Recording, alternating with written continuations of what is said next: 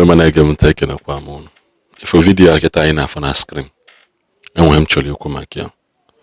As a Christian, ka anyị gwa onwe anyị nke bụ eziokwu, as a Christian, you have no business interacting with this type of people. You don't have business interacting with them. Ụdị ndị a bụ ndị a Jizọs ji etali wee bịapụ na temple. Ụdị ndị a bụ ndị monetize golo Christianity. Enwe bụ monetization, ha monetize Christianity. No onye fully aware that na no calling on Christianity eme ha ka ha wee nweta ihe ha na-achọ. Ọchụchọ nke anụ ha not ọchụchọ nke mkpụrụ obi ha. Ị na-eje n'ụdị ebe a, no fully aware that you are not going to church. Ị na-aga bụ upgraded shrine. Ị na-aga na upgrade shrine, upgrade golo upgrade. Shrine nọzi na shrine ba digital. Why here na aga na? This is not what the Bible says. This is not what Christianity should be all about.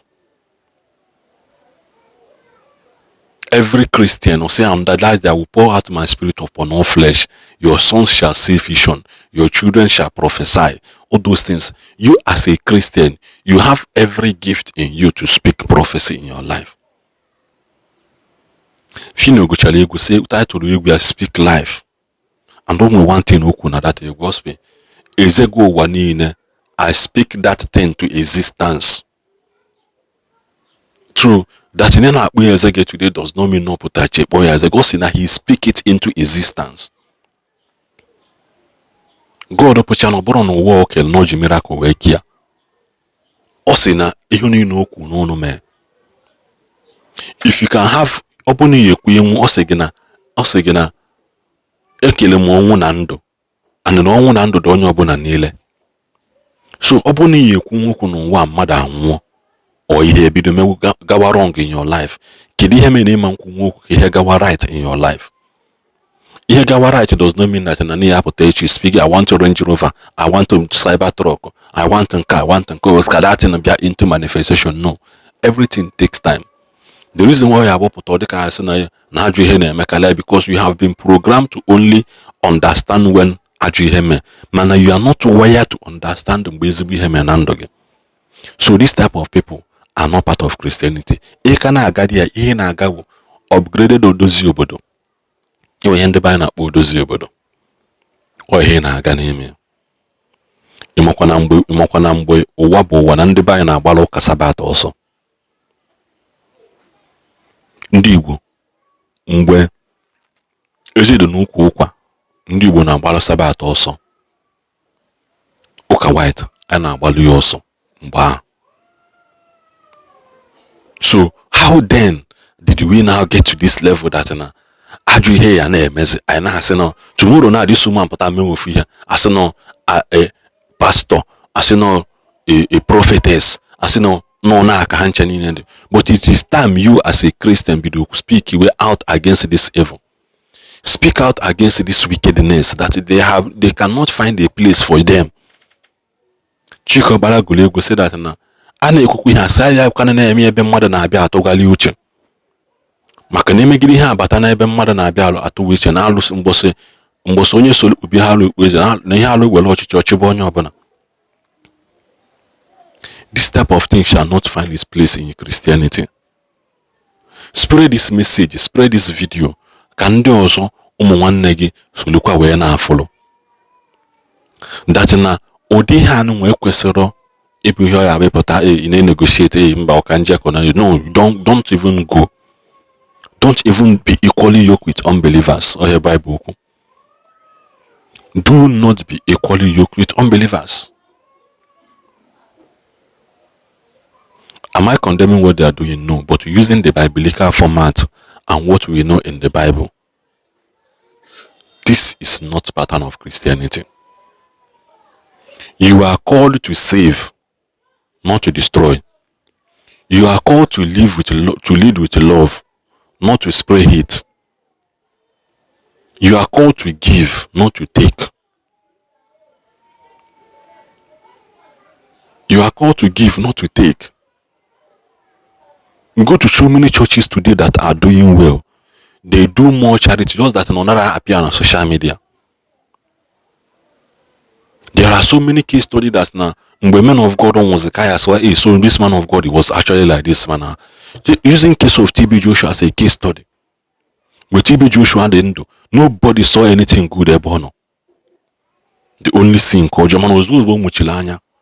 Monday and well and they still be like about TB Joshua the very day. Man, I ever since on endo another hana boyamba.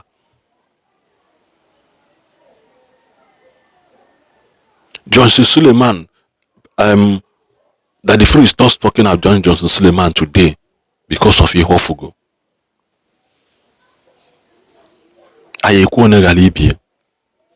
There are so many men of God know that does well more charity than that your ever in a jam bob and asigi wete. Kidi he pastor ji bread na sardine me? Kidi who ji bread na sardine me? Kai pod hand you haji here? Kedi he usually me miracle or Jesus bread na as did you want to perform another one?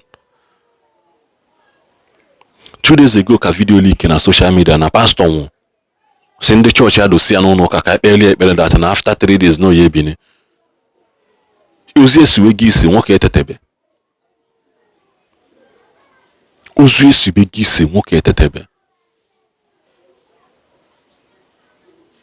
kidi hypota any disgrace onwe ebe ọbụna akụ ha na bel kpakaka ndị mmadụ awụju ị na-awụ onwe gị mmili. The other one last year can be exposed to one person can on a Lagos on a efi or every month. So now they miss Suya night. Can we Suya night in a church? Church couldn't name Suya night. What the kuno or say my house shall be called the house of prayer. I mean, that one exposed. Obuchi if in a gate church, I can anu would if you balia one at entrance of the gate.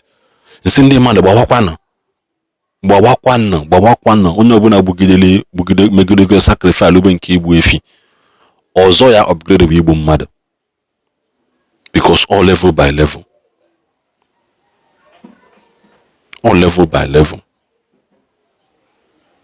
ọzọ ya upgrade bụ igbu mmadụ and once ogbo ha obido ha gbuwo obido with ụmụazị ebido gbuwe ndị nnukwu because onye ọbụla megidego sacrifice bụ efi onwe mgbe o gburu ọkụkọ onwe mgbe o ji akwa ọkụkọ bido gbuwe ọkụkọ from the obido gbuwe ewu from igbu ewu obido gbuwe ebini from igbu ebini obido gbuwe efi. Pastor na iwele fanta awon asinde mmadụ saba aka na with fanta n'ime church bịa mee expose nke ahụ gaa. So for you seeing this video chala odenda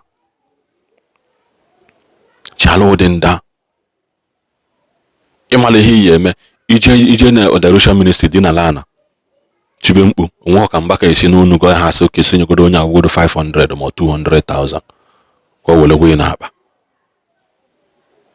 See, I will give you the man of God after my own heart, who will also feel your affliction, who will also feel your pain. When I became deceived, go no soon, Bob na soon your for a young man come, man, the average money in Enya, on your banana oka once a week. Now subscribe more than in an offering. You can it in a data. Busy feel that if church in a 500 email to be no. It is not so. Church in got 2 times in a month or once in a month. If you na ban on social media, church illegal. There are some bossa can back here. 3 upon 3 of rice. More than your local government has ever done in the last 80 years. More than your state government has done in the last 12 years. Dr. Paul in nature, the same thing.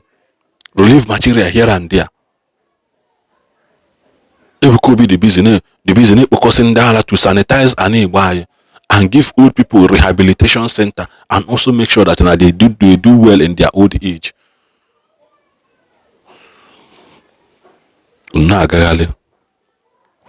Seeking for miracle, seeking for car, seeking for. I'm not against miracle. Also, Bible saying that let your heart be like the woman that came into a house and lost a coins. What was the first thing she did? She light up a candle, a lamp, which is light. In seeking for miracle, you must have to have light, live right, and also accept Jesus Christ as your personal Lord and Savior.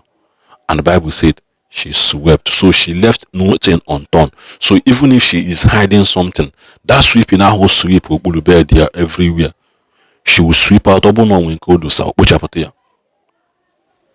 are not ready to sweep, but they are not ready to light up the candle. That is why you can see these guys young as the children of light. When we can deceive and die deceive. But also. May you never be found in their mistake in a common garden.